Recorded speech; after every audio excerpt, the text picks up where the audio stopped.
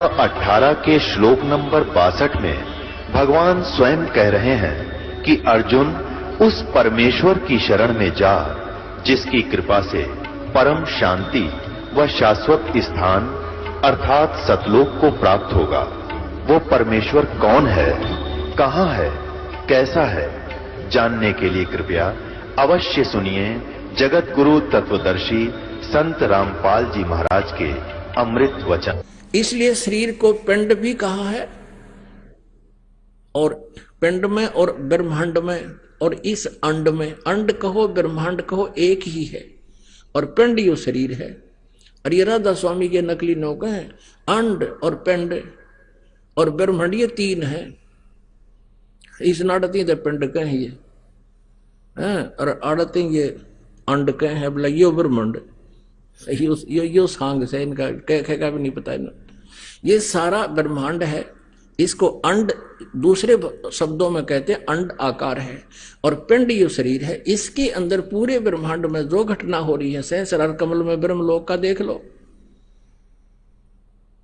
और इस दुर्गा के कमल में दुर्गा के लोक का सब दिखाई देता है। तो इसलिए ये इसके अंदर जो भी हमने दिखाई देता है और जो भी ये धुन सुनती है ये काल की है। एक परमात्मा कबीर जी का शब्द है, करने नो दीदार महल में प्यारा है। उसमें लास्ट में उन्होंने बता दिया है कि कहे कबीर सतगुर दी तारी और खुले कपाट शब्द धनकारी, अंड और पिंड के पार सो देश हमारा है। अंड ये ब्रह्मांड को कहते हैं, पिंड ये शरीर। इस पिंड कहो चाहे अंड कहो, कहते इसके पार सो देश हमारा है। वो जो भी धुन वास्तविक धुन है इस शरीर में नहीं सुनती, ये तो काल की धुन है सारी। कोई है रे परले पार का जो भेद कहे झनकार का। आदरणीय गरीबदास साहब जी कह रहे हैं कोई है उस परले पार का जो सतलोक में गया हो, क्योंकि गरीबदास जी परमात्मा के साथ सचखंड गए थे और वापस आए थे। कोई है रे परले पार का जो भेद कहे झनकार का, कोई है रे परले पार का जो भेद कहे झनकार का। कोई है ऐसा व्यक्ति जो उस परले पार की सतलोक की अंड और पिंड के पार सो देश हमारा है, उसका भेद बतावे। है कोई ऐसा? अब जैसे करने नो दीदार महल में प्यारा है, एक कबीर परमेश्वर जी का एक शब्द है, और उस शब्द को राधा स्वामी वालों ने ले लिया और हल्दी की गांठ लेकर ये पंसारी बन गए। इसमें परमात्मा ने स्पष्ट बताया है कि मूल कमल है जिसमें 4 पंखड़ी हैं, जिसका कलियम जाप है। करने नो दीदार महल में प्यारा है, काम क्रोध मद लोभ विसारो, शील संतोष क्षमा सत धारो, मद मास मिथ्या तज डारो, हो ज्ञान घोड़े असवार भरम से न्यारा है। नेति धोती बस्ती पाओ, आसन पदम जुगत से लाओ, कुंभ कर रेचक करवाओ, पहले मूल सुधार कारज हो सारा है। मूल कमल कहते मूल कमल दल चतुर बखानो, और किलियम जाप लाल रंग मानो। तो मालिक थे परमात्मा ने इसके सारे अंग अंग गिना रखे हैं कि मूल कमल में 4 पंखड़ी है और उसका ये जाप है किलियम। पुण्यात्माओं जिनको ये मंत्र प्राप्त है उनकी आत्मा तर हो जाएगी इस ज्ञान न सुन के। देव गणेश तहां रोप्यो थानो, रिद्धि सिद्धि चंवर दुलारो है कि वहां गणेश जी ने थाना ला रखा है, बगैर जिसकी उसका करदा दिए बिना जान नहीं दे किसी ने। फिर है स्वाद चक्र सटदल विस्तारो, ब्रह्मा सावित्री रूप निहारो, उल्ट नागनी का सिर मारो, तहां शब्द ओंकारा है। ओंकार नहीं, ये ओम शब्द है। अरे ये तो सजा तल संडे खावे राधा स्वामी वाले दे ज्योत निरंजन निरंकार ओंकार और सोहम और सतनाम। सतनाम भी नाम सतनाम का नहीं, मेरा है कौन सा। नाभि अष्ट कमल दल साजा, श्वेत सिंहासन विष्णु विराजा, हरियम जाप तास मुख गाजा, जहां लक्ष्मी और विष्णु आधारा है। द्वादश दल कमल हृदय के माही, जंग गौर शिव ध्यान लगाही, सोहम सब तहां धुन छाई, गन करें जय जयकारा है। पुण्यात्मा, ये है वो 5 नाम जो दास आपको 7 नाम देता है।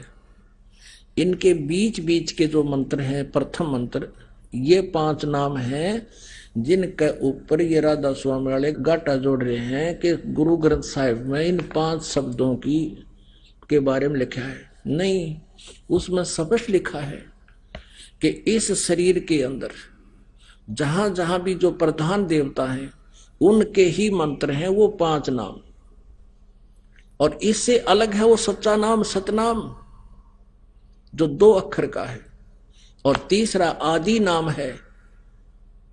वो तीसरा नाम जो है सार नाम है, वो सत्य है, ओम तत्सत। तो इसमें वो सब निर्णय हो रहा है।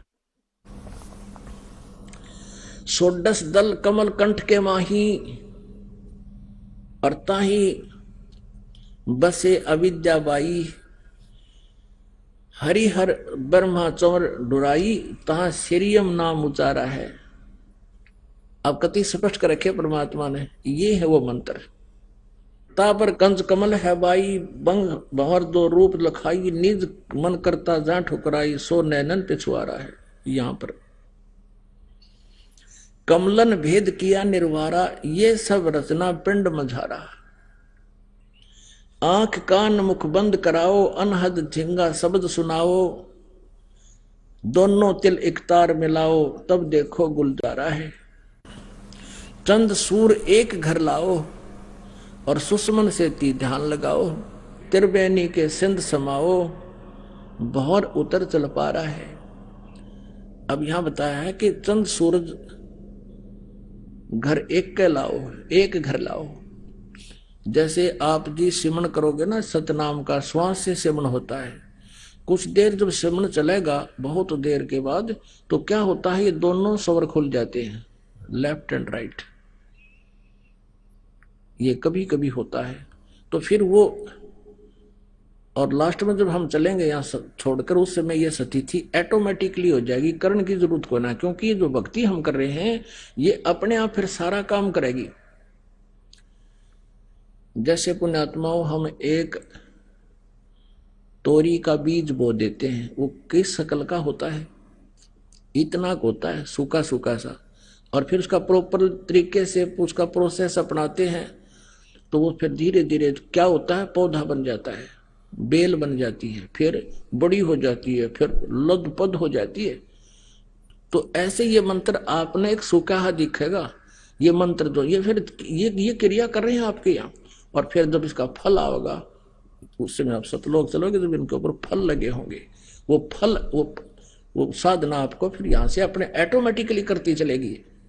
त्रिवेणी के संत समाओ, भंवर उतर चल पा रहा है। हे भंवर, हे जीवात्मा, फिर पार चलेंगे, त्रिवेणी पर पहुंचोगे, फिर वहां आपको सतनाम मिलेगा। सतनाम का जो 2 अक्षर का मंत्र है वहां अकाउंट देना पड़ेगा। जैसे गीता जी अध्याय नंबर 18 के श्लोक नंबर 66 में कहा है, ये ब्रह्म कहता है कि सर्वधर्मान परित्यज माम एकम शरणम व्रज, मेरे सतर की सभी पूजाएं मुझे दे दे, मुझ में छोड़ दे, तब उस सर्वशक्तिमान की शरण में तू जा। एकम, एक माने जिसके बराबर दूसरा ना हो। तो इस सतनाम के अंदर एक ओम मंत्र है और एक तत्सांकेतिक है, गुप्त है।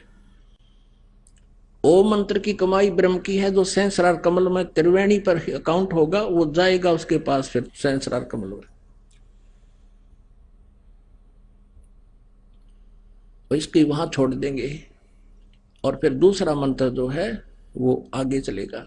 कई भक्त भ्रमित हो जाते हैं कि जो प्रथम मंत्र दिए जाते हैं और उन्हीं मंत्रों में से आगे सतनाम बन जाते हैं, तो पुण्यात्मा भ्रम नहीं पड़ना। अब इसमें क्या होता है कि जैसे कुछ जड़ी होती हैं जो 5-6 इकट्ठी मिलाकर दवाई बनाई जाती है, उसका गुण धर्म कुछ अन्य होता है, और उनमें से जब कोई दो अलग से मिला दी जाती है, तीन मिला दी जाती है, उनका गुण धर्म, उनका कार्य कुछ और होता है, वो अन्य लाभ देती हैं। तो इस प्रकार समझना चाहिए, आप भ्रमित ना होना, क्योंकि काल का काम है आपको भ्रमित करना और मूर्ख बनाना। अब 4 युगता अपन पता हो गया, 3 युगता हम खूब बना लिए मूर्ख इसने। अरे भी कलयुग जा लिया कितना, 5500 वर्ष लगभग। अब हमने आप जी को ये ज्ञान इसलिए देना आवश्यक हो गया, आपको यहां बुलाना, सीडी बना के देना, पुस्तक छापना, कि आप इस काल के दूतों को नकारा कर दो, रिजेक्ट कर दो, इनके प्रत्येक प्रश्न का आप उत्तर दो दिल खोल के, इनकी बातों में ना आओ, तब आप सफल हो गए। अब इसमें सारा कुछ बता करके क्या बताया है, घंटा शंख सुनो धुन दोई और सहस्रार कमल दल जगमग होई। सहस्रार कमल में जगमग जगमग हो रही है, 1000 ज्योतियां ऐसे चस बुझ रही हैं, और वहां पर शंख और घंटे की आवाज आ रही है। ये महास्वर्ग ब्रह्मलोक है। फिर क्या बताते हैं, तामद करता नरखो सोई, बंक नाल धसपारा है, डाकनी साकनी बहु किलकारें, और सत नाम सुन भागे सारे। है डाकनी साकनी बहु किलकारें और सत नाम सुन भागे सारे, जब सतगुरु नाम उचारा है। अब कहते हैं कि जब आप त्रिकुटी पर पहुंचोगे तो वहां काल अपने सारे हथकंडे अपनाओगा, आपको चारों तरफ से घेरने की चेष्टा भी करेंगे। आप जी को ये भी प्रलोभन दिया जाएगा कि आपके तो पास बहुत बड़ी कमाई है, आज हम अपने लोक में रखेंगे, विष्णु के लोक में विष्णु वाले वहां गण खड़े होंगे देवता। और फिर नहीं मानेंगे तो कहते हैं डाकनी साकनी बहु कलकार, आगे रोकेंगे नो ऐसे। तो कहते हैं फिर सतनाम सुन भागे सारे। जो 2 अक्षर का सतनाम है, श्वास ओ श्वास से सिमरण करना, आपने ये प्रैक्टिस करनी है। यहाँ पर जब भी कोई आपत्ति आपके ऊपर यहाँ भी आती है, आप अवश्य इस सिमरण को शुरू कीजिए। लेकिन ये मंत्र उन्हीं का काम करेगा जो पति भर्ता पद पर होंगे, जिनका नाम खंड ना होगा, अन्यथा नहीं करेगा। जब सतगुरु नाम उचारा है। अब ये सारी स्थिति बता रहे हैं कि गगन मंडल बिच उर्दमुख कुइया, गुरुमुख साधु भर भर पिया, नुगरे प्यासे मरे बन किया, जाके ही ये अंधियारा है। जिनके अज्ञान रूप अंधकार है, सत भक्ति मिली नहीं, तो उनको कहते हैं ये उर्दमुख कुइया, ऊपर को जड़ है, नीचे को शाखा वाला, इसी प्रकार उल्टा कुआ समझो ये। तो उस जल को प्राप्त नहीं कर सके, अमर साधना अमर लोक की नहीं कर सके, जिससे ये निगुरे जिन्होंने साधना गुरु कोई बना नहीं रखा, और जो नकली गुरु बना रहे वो भी नुगरे, क्योंकि वो गुरु है ही नहीं। जो नकली पासपोर्ट बनाने वाले तो वो पासपोर्ट बनाने वाले है ही नहीं, वो दूने धोखा दे रहे बता। त्रिकुटी महल में विद्या सारा, गन हर गर्जे बजे नगारा, लाल वर्ण सूरज उजियारा, चतुर कमल मंज शब्द ओंकारा है। साध सोई जो जिन ये गढ़ लीना, 9 दरवाजे प्रगट चीना, 10वां खोल जाए जिन दीना, जहां कुलफ रहा मारा है। अब यहां क्या बता है कि आगे सेत सुन है भाई, और मान सरोवर पैठ अन्यायी, हंसन मिल हंसा हो जाई, मिले जो अमी आहारा है। किंगरी सारंग बजे सितारा, अक्सर ब्रह्म सुन दरबारा। अब देखो, अब यहां आगे चल के कोर बताया, चतुर कमल दल मंद शब्द ओंकारा है। जब हम 11वें द्वार के निकट जाएंगे तो वहां इस काल ने एक और जाल फैला रखा है, जहां इसने तपस्या बना रखी है। तो वहां धोखा देने के लिए इसने ऐसा स्थल बना रखा है, जैसे ये जीव भ्रमित हो जावे, अन्य सोचे यू तो मूल कमल आ गया, ओहो मतलब गलत आ गया, और वहां से फिर उल्टा हो ले। लेकिन आपके साथ परमात्मा रहेगा इस दास के रूप में, आपको भ्रमित नहीं होने देगा। लेकिन ये परमात्मा बता रहे हैं कि ऐसा ऐसा ये ठगी करता है। फिर उन पुण्य आत्माओं को जो वापस हो लेते हैं तो उनको फिर ये वहां अलग से रखता है, किसी को शिवलोक में, फिर विष्णुलोक में, ऐसे ऐसे ये आगे विस्तार से बताएंगे। अब इतना समय नहीं, हम दूसरे जिस उद्देश्य से सत्संग चला रहे हैं उस पर आते हैं। फिर क्या होता है कि ये अक्षर ब्रह्म, अब हम जो 11 महाद्वार पार करके, जब हम 11 महाद्वार पार करेंगे तो इस अक्षर ब्रह्म का लोक आ जाएगा। अक्षर पुरुष का 7 संख ब्रह्मांड का क्षेत्र है। अब कहते हैं 10वां खोल जाए दिन दिन जहां कुलफ्र हमारा है। इस 10वें द्वार पर भी काल ने जो है ना ब्रह्म रंध्र बोलते हैं, इसके ऊपर भी इसने बजर के कवाड़ दल रखे, ताला ला रखे है। और इस सतनाम से, सच्चे नाम से, 2 अक्षर के नाम से खुल जाता है जो गुरु मर्यादा में रहकर जाप करता है। कहते हैं 10वां खोलने के बाद फिर क्या बताया है कि आगे सेत सुन है भाई, मान सरोवर पैठ अन्यायी अनहाई, और हंसन मिल हंसा हो जाई, मिले जो अमी आहारा है। अब वहां जाकर के जब हम अक्षर ब्रह्म के लोक में जाएंगे, अक्षर पुरुष के में, तो वहां बहुत अच्छी आत्मा होंगी और हमारा आपस में ये मन करेगा शायद कि हम इनके साथ कोई मित्रता बना ले। परमात्मा कहते नहीं, ये जो स्वभाव है आपका ये भी समाप्त होना चाहिए, नहीं तो उधा आशा ता बासा हुई। फिर कहते किंगरी सारंग बजे सितारा, किंगरी सारंग बजे सितारा, अक्षर ब्रह्म सुन दरबारा, 12 भानु हंस उजियारा, सटदल कमल मंद शब्द रंकारा है। अब ये उल्टी गिनती होगी ना, फिर उसी तरह स्वरूप। अब अक्षर ब्रह्म के लोक में भी फिर ऐसा ही है। फिर कहते हैं महासुन सिंध बिखमी घाटी, बिन सतगुर पावे नहीं बाटी, व्याघ्र सिंह सर्प वो काटी, ता सहज अचिंत पसारा है। अष्ट दल कमल पार ब्रह्म भाई, दहने 12 अचिंत रहाई, बाएं 10 दल सहज समाई, यो कमलन निर्वारा है। और 5 ब्रह्म 5 अंड बीनो, और 5 ब्रह्मनी अक्षर चीनो। इस काल भगवान ने बहुत भयंकर एक षड्यंत्र रचा हुआ है, जाल बना रखा है। ब्रह्मलोक के अंदर भी ये सारी रचना डुप्लीकेट बना रखी। ब्रह्मलोक में ये सभी नकली सतलोक, अलखलोक, अगमलोक, अनामी लोक और अक्षर ब्रह्म का लोक, ये सारे बना रखे। तो यहाँ आगे निष्कर्ष निकालते हैं परमात्मा, 4 मुकाम गुप्ता कीनो, जामद बंदी वान दरबारा है, 2 पर्वत के मद निहारो, बहर गुफा ता संत पुकारो, हंसा करते केल अपारो, ता गुरुवन दरबारा है। 87 दीप रचाए, हीरे पन्ने मैल जड़ाए, मुरली बजत अखंड सदाए, ता सोहम झनकारा है।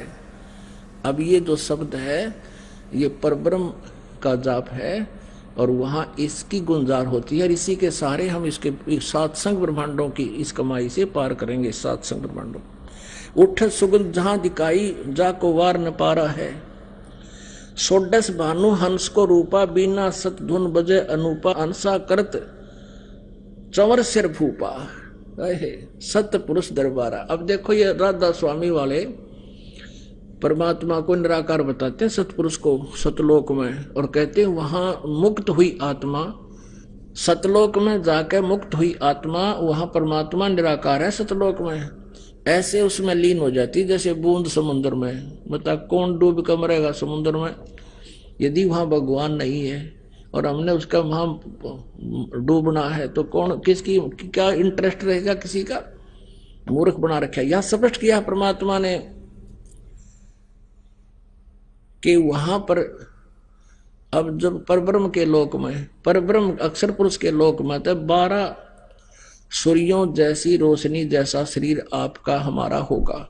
और जब हम इस परब्रह्म के लोक को, यानी अक्षर पुरुष के लोक को पार कर जाएंगे और फिर सतलोक में प्रवेश करेंगे, वहां हमारा 16 सूर्य जितना प्रकाश युक्त शरीर होगा, तेज पुंज का। ये नाड़ी वाला शरीर तो यहीं रह जाएगा। ये 5 तत्व। सोडस बानु हंस को रूपा, बीना सत धुन बजे अनुपा, अंसा करत चंवर सिर भूपा। सत पुरुष दरबारा है। भूप माने अपने स्वामी राजा के ऊपर जाकर के वो पुण्यात्मा जो मुक्त होकर चली जाती है सतलोक में, सतपुरुष पर चंवर करती है। जब वो डूब कर मरगी होती तो ये चौर किस पे करते फिर? ये स्पष्ट लिख रखा परमात्मा ने। और इसी वाणी को लेकर के ये राधा स्वामी पंथ चला रहे हैं और इसका अनुवाद गलत कर रहे हैं, बोली आत्माओं को भ्रमित कर रहे हैं। अब वहां कहते हैं हंसा करत चंवर सिर भूपा।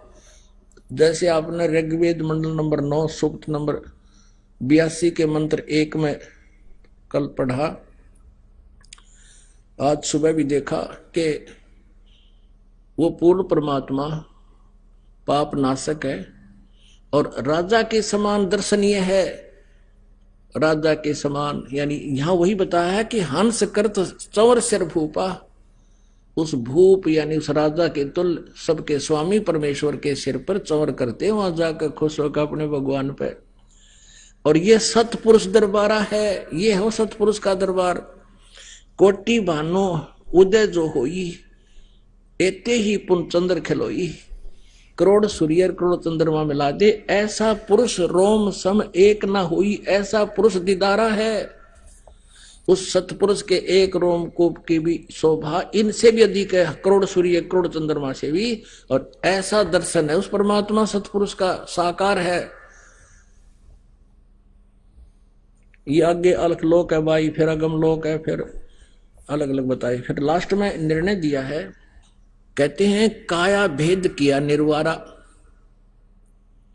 ये सब रचना पिंड में धारा। अब जो भी कहते हैं परमात्मा ये है तो सतलोक में भी, लेकिन तुम्हें जो बताया जा रहा है वो इस पिंड के अंदर काल ने अपनी माया दुर्गा से ये झूठे नकली यही व्यवस्था इसमें रचना करवा रखी है और तुम इसी में उलझे हुए हो। काया भेद किया निर्वारा, ये सब रचना पिंड में झारा। पिंड मानी शरीर में।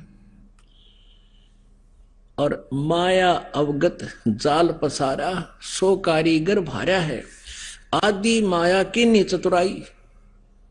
ओए होए, यह दुर्गा इस काल की पत्नी है और इस को परमात्मा ने शब्द शक्ति दे रखी है। और निरंजन के आदेश से, काल के आदेश से ये सब इसकी व्यवस्था कर रही है। कहते हैं आदि माया दुर्गा किन्हीं चतुराई और झूठी बाजी पिंड दिखाई, इस शरीर में बना दी, इस ब्रह्मांड में। अवगत रचना रची अंडमाही। अवगत की रचना, सतलोक वाली रचना कहते इसने इस अंड में, अंड कहो चाहे ब्रह्मांड कहो, इसमें रच दी झूठी। आदि माया किन्हीं चतुराई झूठी बाजी पिंड दिखाई। यो पिंड है शरीर में जो दिखे ना कमला में, और जो धुन दान सुने, कहते हैं झूठी वह उस सतलोक की। और ये इसने रचना बना दी इस पिंड में, ब्रह्मांड में। जहां जहां भी ये शब्द हो रहे हैं उनकी आवाजें यहां सुनती हैं चैनलों में। और ये सुना है इस ब्रह्मांड की, इस अंड कहो ब्रह्मांड कहो, ये एक है और पिंड ये शरीर है। अब यहां जो घटना हो रही है, सारे जो भी कहीं बाजे बज रहे हैं, धुन हो रही है, वो सारी शरीर में सुनाई देती है। तो ये सारी काल की धुन है। इसमें जो भी हम देखते हैं सुनते हैं वो सब काल की है। इन तमने करना के ये जाल है काल का। क्या बताते हैं? अवगत रचना रची अंडमाही, ताका प्रतिबिंब डारा है। अवगत उस परमेश्वर वाली सतलोक वाली रचना इस दुर्गा ने उसका प्रतिबिंब डाल दिया, उसका जो है एक फोटो खींच दिया, उसका नकल कर दी बस, लेकिन वो ओरिजिनलिटी उसकी नहीं है। शब्द विहंगम चाल हमारी, कहे कबीर सतगुरु दे तारी। खुले कपाट शब्द झनकारी, पिंड अंड के पार स्वदेश हमारा है। पिंड ये शरीर, अंड ये एक ब्रह्मांड है। कहते इस अंड और पिंड के पार स्वदेश हमारा है। अब जो भी इसके अंदर हमें सुनाई देता है इसका पिंड में, शरीर में, ये सब काल की ही धुन सुन रही है। और इसमें ये 150 साल हो गए कान फुड़वाते ने राधा स्वामी वाला ने, बेचारे बोले श्रद्धालु। अब श्रद्धालु ने तो ये गए थे संत मान के, जैसे कोई रोगी है और किसी ने बहुत बड़ा बोर्ड लगा रखा है डॉक्टर का, और दुनिया की लाइन लग रही है। ये डॉक्टर के बोर्ड को देख कर सभी अपना औषधि लेते हैं और खा रहे हैं, और आराम किसी ने, कोई भूत बन गया, कोई पितर बन गया। और इन्होंने सारी उम्र खोजी, कई तन होगा हमारे गोड्डे कंडम हो गए, हमारे कान खत्म हो गए, हमने दाब दाब के सुना करते हैं, और तालू का जीभ ला के अमृत छक लो। इसका की अमृत ही तो, जो अमृत इसके पार है, नकली क्रियाएं बना रखी काल ने। लास्ट में परमात्मा ने सब रिजेक्ट कर दिया है। कहते हैं कि पिंड और अंड के पार सो देश हमारा है, हमारा जो सतलोक थे इस पिंड और अंड से आगे है। इसके विषय में गरीबदास जी कहते हैं, कोई है रे परले पार का जो भेद कहे झनकार का, कोई है रे परले पार का जो भेद कहे झनकार का, कि उस वास्तविक झनकार यानी धुन का भेद बतावे कोई है ऐसा नहीं है।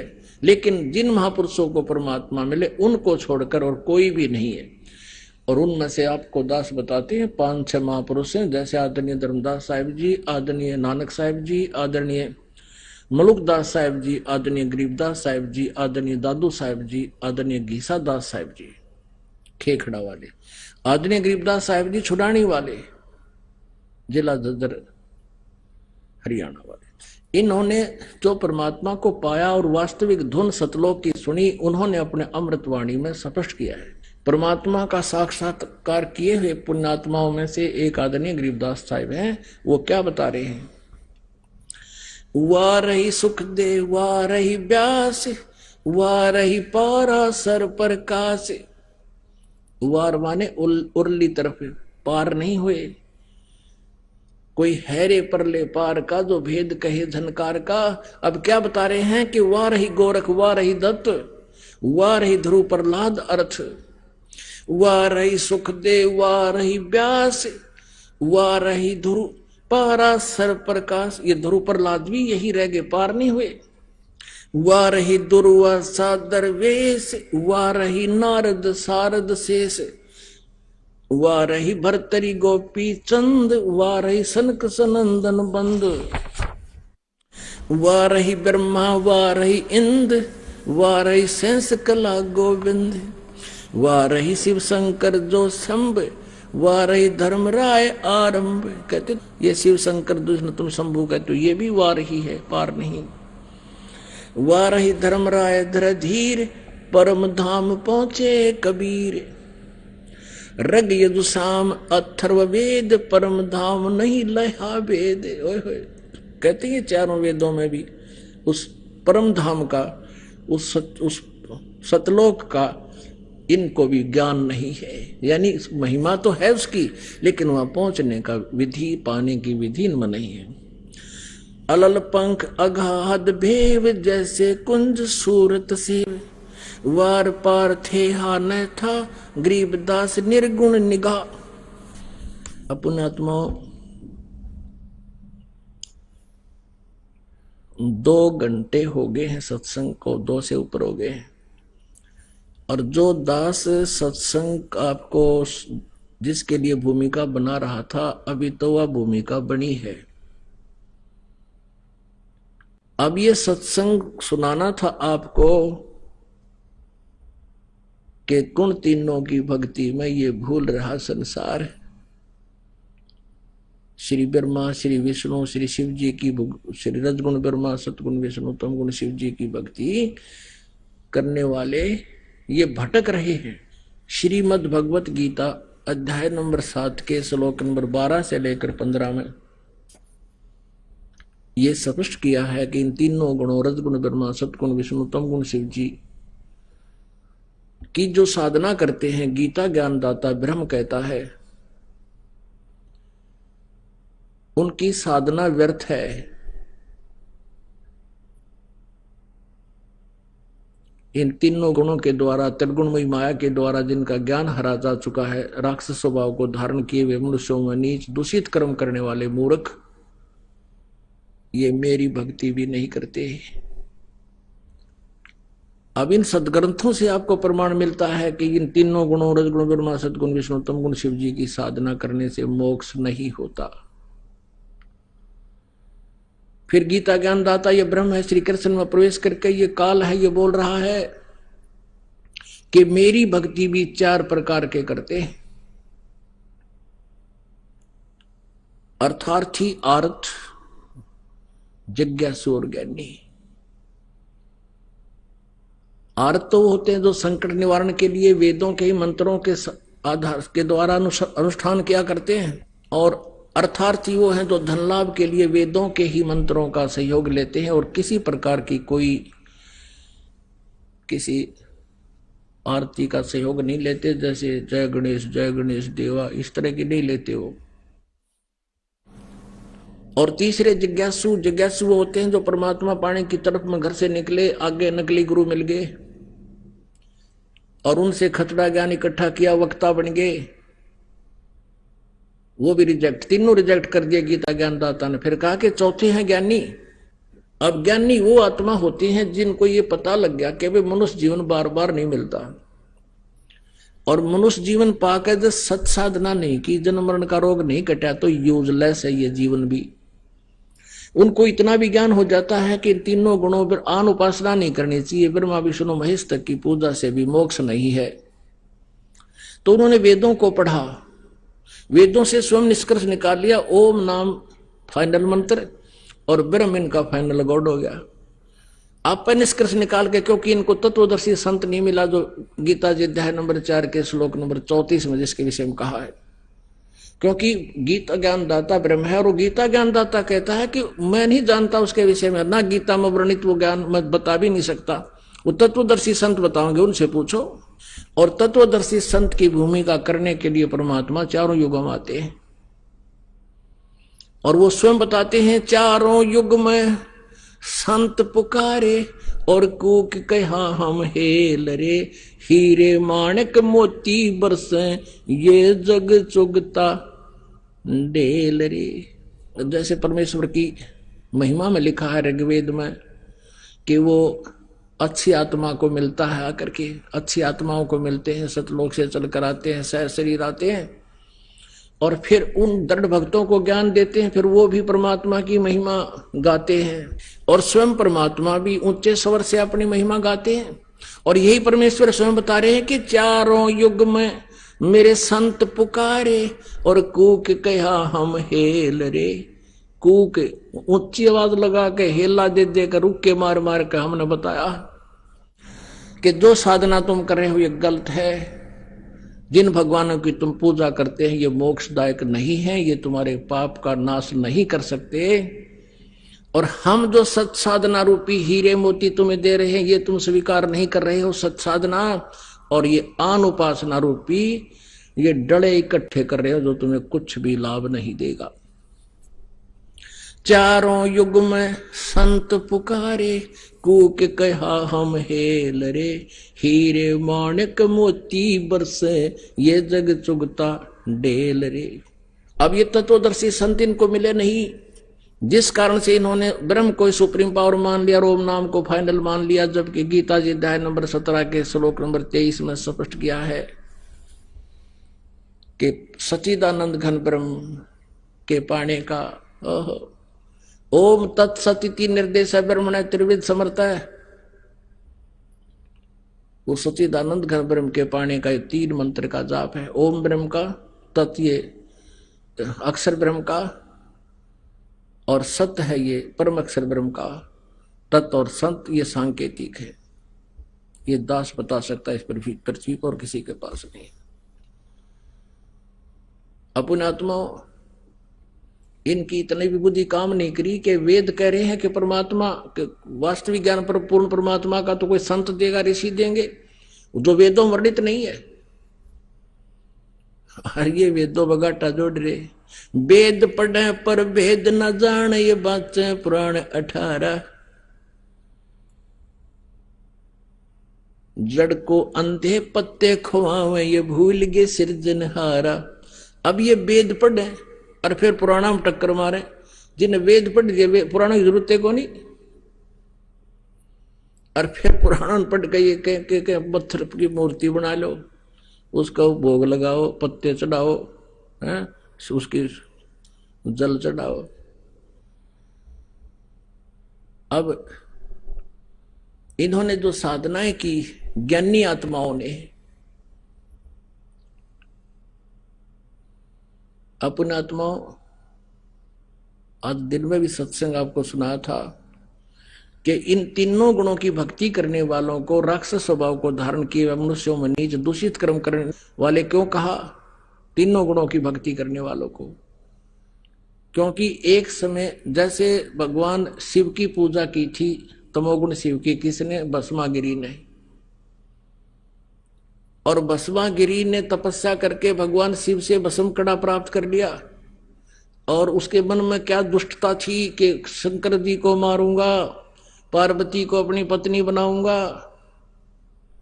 उद्देश्य में सफल हुआ, भस्म कड़ा प्राप्त हुआ। भस्म कड़ा प्राप्त होते ही वचनबद्ध हो चुके थे भगवान शिव जी, और उसी से मैं कहा कि होले शंकर होशियार तन मारूंगा, पार्वती को पत्नी बनाऊंगा। भगवान शिव जी भाग लिए। फिर परमात्मा ने आकर के पार्वती रूप बना के भस्मागिरी को मारा। फिर भस्मासुर कहलाया वो राक्षस। ऐसा जुल्म कर दिया, जिसको इष्ट रूप में पूज रहा उसी की पत्नी पर बुरी भावना, उसकी बुरी नजर है दुष्ट की। इससे नीच और कौन कर्म होगा इनका? रावण ने तमोगुण शिव की पूजा की थी, आपके समक्ष और राक्षस कहलाया। और हिरण्यकशिपु ने रजगुण ब्रह्मा की पूजा की थी, अपने पुत्र का प्रहलाद का शत्रु बन गया, राक्षस कहलाया। अब विष्णु जी के उपासकों की आपको बताते हैं। एक बार कुंभ का मेला बना था हरिद्वार में, हर की पैड़ी पे। वहां पर ये गिरी पुरी सन्यासी नागा और विष्णु जी के शतोगुण के उपासक, ये सब वहां इकट्ठे हो गए। स्नान के ऊपर झगड़ा हो गया। नागा पहले नहाने लग गए उस पर, हर की पैड़ियां पे, जो कति नंगे रहते हैं, वो से तमोगुण शिव के उपासक। और विष्णु जी के उपासक शतोगुण विष्णु के। अब विष्णु कहने लगे हम पहले नहाओगे, हम श्रेष्ठ हैं। वह कहने लगे नागा हम श्रेष्ठ हैं, हम पहले नहाएंगे। लठ बाज गया, तलवारों से काट डाले, तीर मारे, तलवार मारे, बुड़के भर लिए, एक दूसरे के बाल पकड़ लिए, नो पशुओं की तरह लड़े। तो इसलिए कहा गीता जी अध्याय नंबर 7 के श्लोक नंबर 12 से 15 तक कि त्रिगुणमयी माया के द्वारा जिनका ज्ञान हरा जा चुका है, रजगुण ब्रह्मा, सतगुण विष्णु, तमगुण शिव जी रूपी त्रिगुणमयी माया है। यानी इन्हीं तक जो सीमित है, इन्हीं की साधना में उलझे हुए हैं, वो राक्षस स्वभाव को धारण किए हुए मनुष्यों में नीच दूषित कर्म करने वाले मूर्ख, ऐसे जुल्म राक्षसों से भी बुरे कर्म काट डाला एक दूसरे को। ओए होए, तो 25,000 ये त्रिगुणोपासक कट कर मर गए वहां पर। इसलिए गीता जी में कहा कि तीनों गुणों के उपासक, त्रिगुणमयी माया के द्वारा जिनका ज्ञान हरा जा चुका है, राक्षस स्वभाव को धारण किए हुए मनुष्यों में नीच दूषित कर्म करने वाले मूर्ख मेरी साधना भी ना करते, ब्रह्म साधना भी नहीं करते। और ब्रह्म साधकों के बारे में बताया कि ये ज्ञानी है। इन चारों में ये ज्ञानी मुझे अच्छे लगते हैं, क्योंकि इन्होंने मुझे सिलेक्ट कर लिया। इन्होंने नीचे की ब्रह्मा विष्णु महेशान उपासना को कति रिजेक्ट कर दिया। लेकिन 7वें अध्याय के 18वें श्लोक में कहा है कि ये ज्ञानी आत्मा है तो उद्धार माने अच्छी आत्मा है, नेक आत्मा है, परमात्मा पाने के लिए समर्पित हैं। लेकिन ये मेरे वाली अनुत्तम अति घटिया अश्रेष्ठ गति में ही सचित हैं।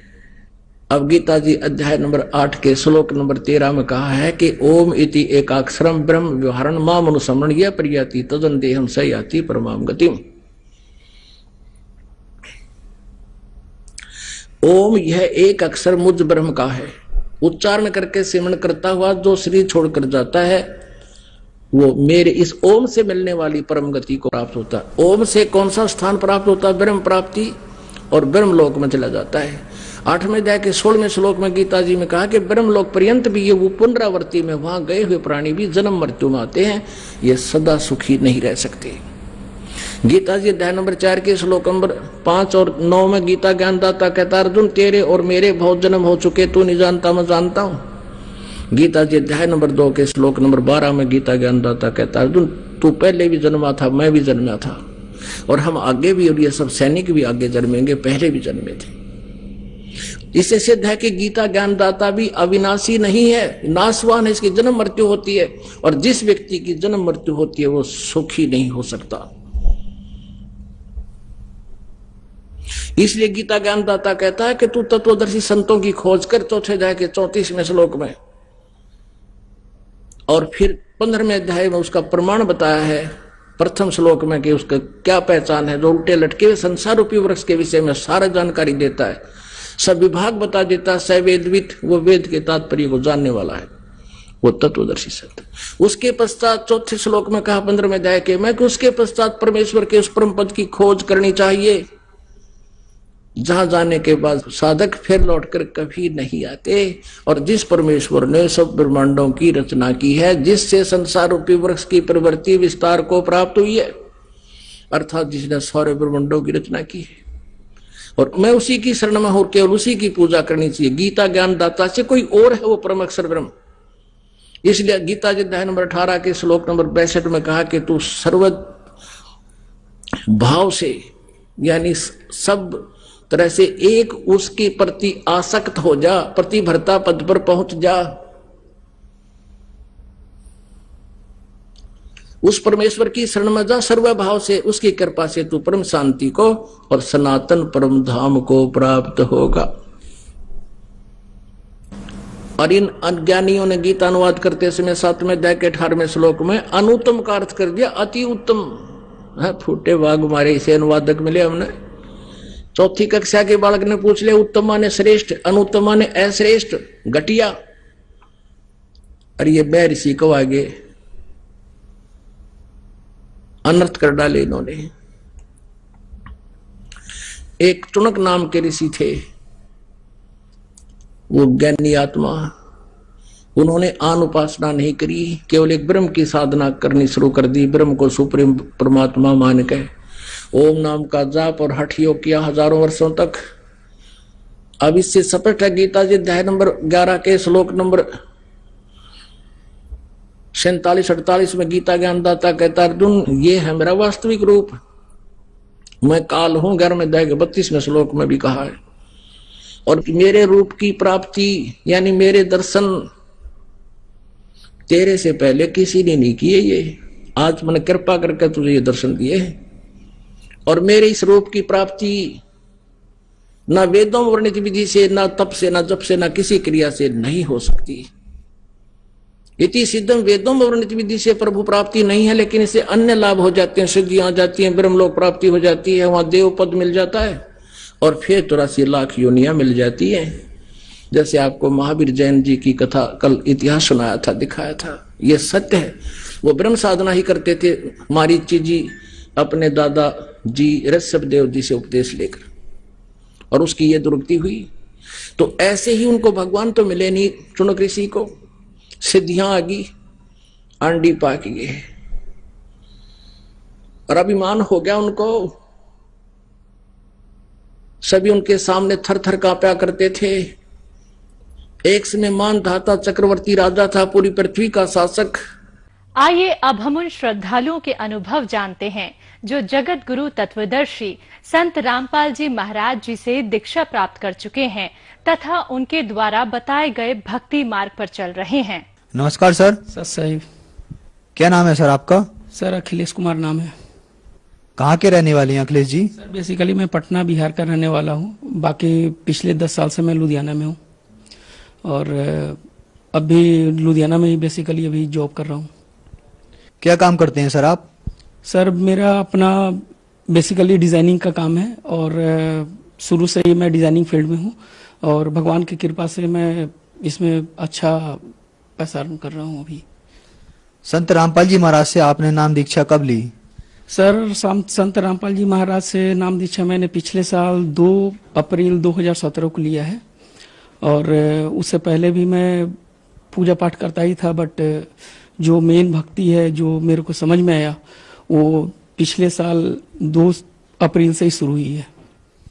संत रामपाल जी महाराज से नाम दीक्षा लेने से पहले आप क्या भक्ति साधना करते थे? सर, रामपाल जी महाराज से नाम दीक्षा लेने से पहले मैं काफी भक्ति करता था। ये पूछे कि मैं क्या नहीं किया, जितने भी देवी देवता है उनके जो तीर्थ स्थान है वहां पर भी गया हूँ, बैजनाथ धाम गया हूँ जल चढ़ाने के लिए। ये मान्यता थी, हमारे जो बाप दाता है वो भी जाते आए हैं, हम भी वहां पर जाते रहते थे। उसके अलावा जो तीर्थ स्थान है 9 देवियां हैं उनके भी तीर्थ पर गया हूँ। उसके अलावा घर पर भी जो पूजा पाठ होता था उनमें भी सम्मिलित होता था। जितने भी भक्ति करने हो, चाहे रामनवमी करने हो, चाहे जन्माष्टमी हो, उसमें भी सहता था, भूखा रहता था और जो भी मन में मुराद होती थी पूरी श्रद्धा के साथ पूजा करता था। चाहे महाशिवरात्रि हो, चाहे कोई भी फेस्टिवल हो, उसमें बहुत श्रद्धा के साथ मैं पूजा पाठ किया करता था। और बेसिकली मेरे पापा जो हैं वो पूजा में ही अधिकांशतः विश्वास करते हैं, तो मैं भी उनको देखा देखी शिव जी को बहुत मानता था और शिव जी में मेरी भी आराधना बहुत ज्यादा थी। इतनी थी कि कोई भी बात होता था तो मेरे मुंह से ओम नमः शिवाय का जाप अपने आप निकल जाता था और अपने मन को शांत कर लिया करता था।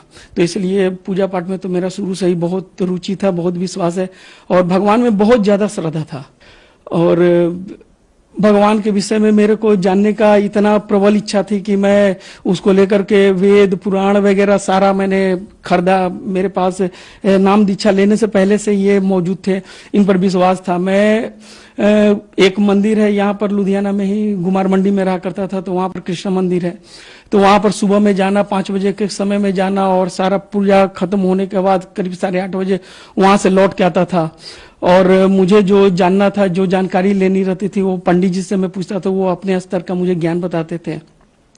और मेरे मन में बहुत सारे सवाल हुआ करते थे कि जैसे कि सारे देवी देवता जो है वो भारतवर्ष में ही जन्म क्यों लेते हैं, या ये सतयुग में सारे जो था एक ही समाज था, जैसे कि सनातन धर्म हुआ करते थे, त्रेता में भी सनातन धर्म था, हिंदू ही हुआ करते थे, द्वापर में भी सारे सनातन धर्म थे, लेकिन ऐसा क्या कारण पड़ा कि सारे धर्म जो है वो एक सनातन धर्म जो है सारे धर्म में विभाजित हो गया?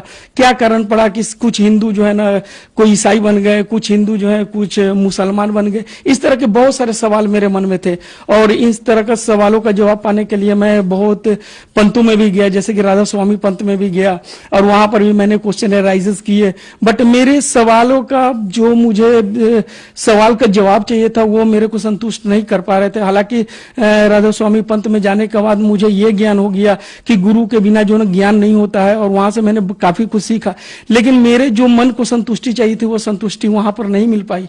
मैं उनको छोड़ के फिर मुझे जो है ना किसी मेरे कुलीग ने बताया, मेरे दोस्तों ने बताया कि एक पंथ है ब्रह्म कुमारी, वहां पर से जो है ना वो बहुत सारा साधना जो है नया साधना सीखने को मिलता है, नया चीज सीखने को मिलता है और जो पूर्ण परमात्मा उनके विषय में जानकारी मिलती है। तो मैं वहां पर ब्रह्म कुमारी में भी गया, करीबन 8-10 दिन मैंने वहां पर भी लगाया। वहां पर एक कोर्स होता है जिसमें जो है ना वो पूरी सृष्टि रचना वगैरह के बारे में बताते हैं। बट वहां जाने के बाद भी करीबन 3-4 दिन के बाद मुझे जब त्रेता युग और द्वापर युग के बारे में बताने लगे कि राम जी जो थे उनका जन्म नहीं हुआ, रावण एक कहावटी है, एक बनावटी किस्सा है, तो मुझे यकीन नहीं हुआ। मैंने उनसे जो हमें ज्ञान दे रही थी उनसे मैंने चर्चा खत्म होने के बाद उनसे मैंने ये सवाल भी किया कि अगर राम जी नहीं हुए थे, त्रेता युग का कहानी अगर झूठी है, रावण अगर नहीं था, तो बताइए कि ये जो सागर में अभी भी कुछ पत्थर है जो उसके अवशेष जो है ना बहुत सारे मंदिरों में मिलते हैं, वो तैर रहे हैं, वो कैसे तैर रहे हैं, उस पर राम कहां से लिखा हुआ है, जरूर इसमें कोई रहस्य है। मैंने उनको लैपटॉप में जो है ना वो अपने डाउनलोड किया हुआ फोल्डर था उसको भी मैंने दिखाया, सारा दिखाया, तो उनका जवाब नहीं मिलने के बाद वहां से भी मैं निराश होकर अपने घर आ गया। फिर उसी तरह से अपना साधना चलता था। मेरे एक दोस्त है जो बहादुरपुर रोड पर एक फैक्ट्री है, वहीं पर उन्होंने बोला कि आपका सवालों का जवाब शायद कुमार स्वामी जी के यहाँ मिलेगा। उस समय जिस समय की बात है उस समय कुमार स्वामी जी का प्रोग्राम जो है दिल्ली में चल रहा था, बट मैंने जो है ना वो मन तो बना लिया जाने का, लेकिन उन्होंने कहा कि 2 महीने के बाद फरवरी में जो है ना वो लुधियाने में भी यहाँ पर ओसवाल के सामने एक फील्ड है वहां पर होनी है, तो मैंने सोचा कि वहीं पर देखूंगा। सर, जैसा कि आपने बताया आपने इतनी भक्ति साधनाएं की, आपने राधा स्वामी पंथ से नाम उपदेश लिया, फिर आप ब्रह्म कुमारी पंथ में गए, फिर आपने कुमार स्वामी के पास गए, तो इन सब साधनाओं से आपको क्या लाभ प्राप्त हुए?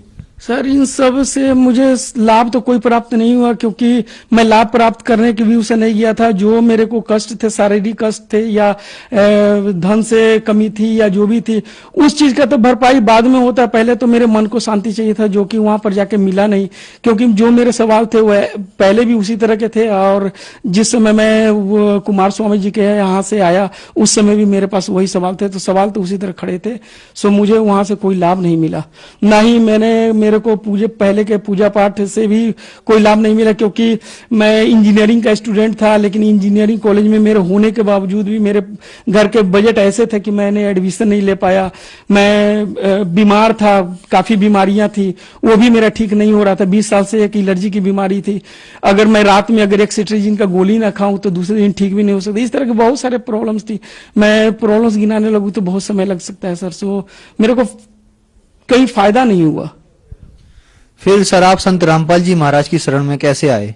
सर जब कुमार स्वामी जी के यहाँ मैं गया था, वहां से आने के बाद मुझे अपने फैक्ट्री में एक जहाँ पर मैं काम करता था, वहां पर मेरे ही एक भाई थे जो वहां पर काम करते थे, उनका नाम सनी दास था। उन्होंने मुझे बताया कि एक गुरु है, एक ऐसे पुरुष हैं जिनका ज्ञान सुनने के बाद आपको सारे सवाल का जवाब मिल जाएगा। तब मैंने उनसे पूछा, उन्होंने मुझे एक बुक दिया जिसका नाम था ज्ञान गंगा, और उस ज्ञान गंगा को मैंने पढ़ा। सिर्फ 18 पेज, भूमिका से लेकर सिर्फ 18 पेज पढ़ा। तो मैं वहां से 10 दिन के बाद यहाँ आके मैंने नामदान ले लिया। सर संत रामपाल जी महाराज की शरण में आने के बाद क्या आपको उन सवालों के जवाब मिले जो आप ढूंढ रहे थे? हाँ जी सर, संत रामपाल जी महाराज के पास के शरण में आने के बाद मुझे उन सारे सवालों के भी जवाब मिले, और उनके अलावा जो क्वेश्चन एराइज होते गए उन सारे सवालों को भी जवाब मिलते गए, क्योंकि उनका जो ज्ञान था वो विस्तृत रूप में और एकदम सुई की नोक से भी छोटी छोटी जो बारीक जो क्वेश्चंस होती है उन सारे क्वेश्चंस को क्लियर करती हुई मेरे मतलब कि अंतर आत्मा के जितनी भी क्वेश्चंस थी, जितनी भी सवाल थी, उसको जो है एक एक करके मैंने क्लियर किया। और मुझे लगता है कि वो जो ज्ञान बताते हैं, जो वेद पुराण जो हमारे धार्मिक ग्रंथ हैं, जो जिसे हर घर में होना चाहिए, जिसे पढ़ने का किसी के पास टाइम नहीं है, सो उसे मैंने पढ़ा है। मैंने हर एक सवाल को, हर एक जो रामपाल जी महाराज हमें बताते हैं वो सारे को मैंने एक एक करके गीता जी से या ऋग्वेद से मंडल 9 में जो उन्होंने जो जो बताया सारे को मिलाया, प्रमाण लिया। प्रमाण लेने के बाद मैंने सारा कुछ देखा कि सारा जो विधि है उनका, सारा जो पूजा है वो बिल्कुल सही है। पूर्ण परमात्मा को पाने का इसके अलावा और कोई दूसरा उपाय नहीं है। संत रामपाल जी महाराज के शरण लेने के बाद मेरे को बहुत लाभ हुए हैं। हालांकि मैंने ये सपने में भी नहीं सोचा था कि मेरे शरीर में जो बीमारी है वो ठीक कभी होंगे, क्योंकि मैंने जिस दिन मैंने नामदान लेने का सोचा था उस दिन मेरे मन में सिर्फ इतना ही था कि मैं सिर्फ पूर्ण परमात्मा के पक्ष में जा रहा हूं, उनके शरण में जा रहा हूं। मेरे को वो भक्ति मिली है जिसकी मैं तलाश कर रहा था, मुझे वो क्वेश्चन के आंसर मिले, बस इस कारण से मैंने नामदान लिए थे। लेकिन 3 महीने जो एलर्जी से मैं 20 साल से परेशान था, जिसके पीछे मेरे माता पिता ने बहुत सारे पैसे लगा चुके थे, मैंने पटना में भी दिखाया, एम्स में भी दिखाया, यहाँ तक मोहाली में भी दिखाया और लुधियाना में भी कई साल तक मेरी दवाई चली है। लेकिन डॉक्टरों का कहना था कि आपको डेली का एक सेट्रिजिन डेली खाना ही पड़ेगा। वो जो है सिर्फ उनके प्रथम नाम मंत्र 3 महीने जाप करते हुए और मैं डेली दवा खाता था। गलती से मेरे से भगवान की मालिक की कृपा थी कि एक दिन छूट गया और मैं कहीं चला गया था और दवाई ले जाना भूल गया। तो वो क्या हुआ कि दूसरे दिन मेरे को एलर्जी नहीं निकला। फिर मैंने क्या किया, एक दिन बीच करके खाना शुरू कर दिया, उसके बाद 2 दिन गैप करके खाना शुरू कर दिया, उसके बाद 4 दिन गैप करके खाना शुरू कर दिया। मेरी वाइफ ने कहा कि आप जो है ना इसको बंद करके देख लो। मेरी वाइफ के कहने पर मैंने एक बार बंद किया और उसके बाद आज तक मैं बिना दवाई के हूं सर, लेकिन आज तक मेरे को वो बीमारी नहीं हुई। मैंने एक इसका लाभ और भी है कि मैं लुधियाना में अपने 3 साल पहले जॉब छोड़ के मैंने एक छोटा सा फैक्ट्री लगाया था। उस फैक्ट्री को चालू करने के लिए मेरे पिताजी जो है वो 1 लाख का उधार लेके मेरे को दिए थे, जो कि 2 साल चलाने के बाद भी मेरा जो है ना सक्सेस नहीं हुआ और बहुत सारा पैसा डूब गया। मुझे तो यही पता लगा कि जितनी साधना मैंने पहले की थी उसका मेरे को भरपाई ही करना पड़ा, कोई फायदा नहीं हुआ। लेकिन रामपाल जी महाराज के शरण में आने के बाद जो मेरा 30,000 का जॉब था वो आज के डेट में करीबन 1 लाख से ऊपर हो गया है। उसके अलावा मेरे जितने भी कर्ज थे वो सिर्फ 1 साल के अंदर में सारे खत्म हो गए। मेरी शारीरिक सुख के बारे में बता दिया कि मेरा रोग मुक्त हूँ। मेरे घर में मेरी वाइफ है वो भी नामदान ले चुकी है और मेरा 6 साल का बच्चा है वो भी नामदान ले चुका है। सर, संत रामपाल जी महाराज ने सभी धर्मगुरुओं को चैलेंज कर रखा है, आपको कैसा लगता है? सर ये तो बहुत अच्छी बात है, क्योंकि मुझे जब से पता चला कि पूर्ण परमात्मा जो है वो 600 साल पहले कबीर जी के रूप में यहाँ पर आए थे और सारा ज्ञान दे के गए, उसके बाद ही सारे पंथ चले हैं। उन्होंने क्लियर ये बताया हुआ है, अपने पूरे प्रमाण के साथ दिया हुआ है कि वो 12 जो पंथ है वो मतलब कि बिल्कुल इनके ऊपर बेस्ड है, बट वो बिल्कुल गलत है। और जितने भी महाराज हैं, जितने भी, मैं उनकी आलोचना नहीं कर रहा हूँ या मैं उनकी निंदा नहीं कर रहा हूँ, लेकिन ये बिल्कुल सही बात है कि उनके पास बिल्कुल भी ज्ञान नहीं है, निराधार बात है। जो भी घर में छोटी बड़ी जितनी भी तरह की पूजा होती है वो सारा वेद पुराण के अकॉर्डिंग होती है, मैं मानता हूं। अगर भक्त समाज से ये मेरी क्वेश्चन है कि अगर वो पूजा पर विश्वास करते हैं जो वेद में लिखा हुआ है, उस पूजा के अकॉर्डिंग जो शादियां होती हैं या जो जितने तरह के छोटे मोटे बड़े जितने भी पूजा होते हैं, अगर उसमें विश्वास करते हैं तो उसमें ये लिखा हुआ क्यों नहीं पढ़ पाते हैं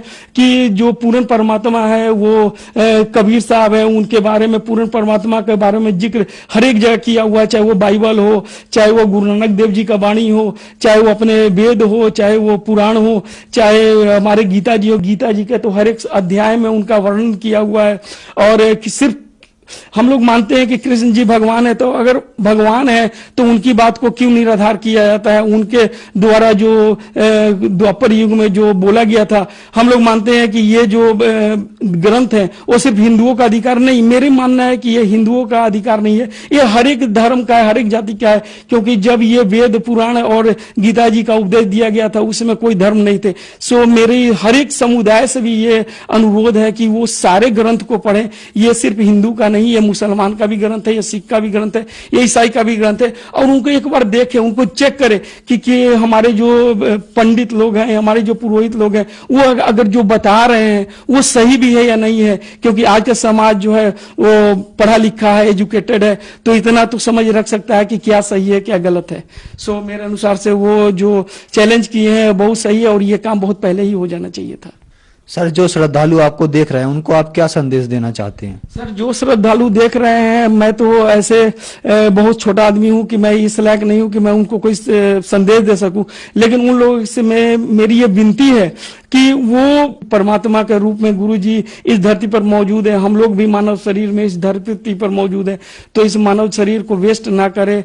सो मेरे यही विनती है मानव समाज से, और अपने परख से गुरु करें, क्योंकि बिना गुरु के ज्ञान नहीं है। सर, संत रामपाल जी महाराज से नाम दीक्षा कैसे ली जा सकती है? सर, संत रामपाल जी महाराज से नाम दीक्षा लेने का बहुत आसान तरीका है। इनका जो है ना प्रोग्राम हर एक दिन संध्या टीवी पर 7:30 बजे से आता है, ईश्वर टीवी पर आता है और बहुत सारे चैनल जिस पर आते हैं।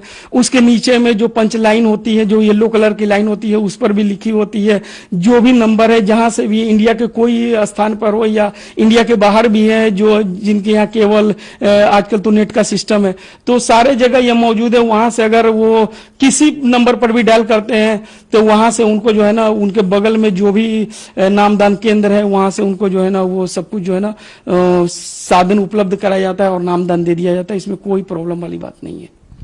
धन्यवाद सर। धन्यवाद।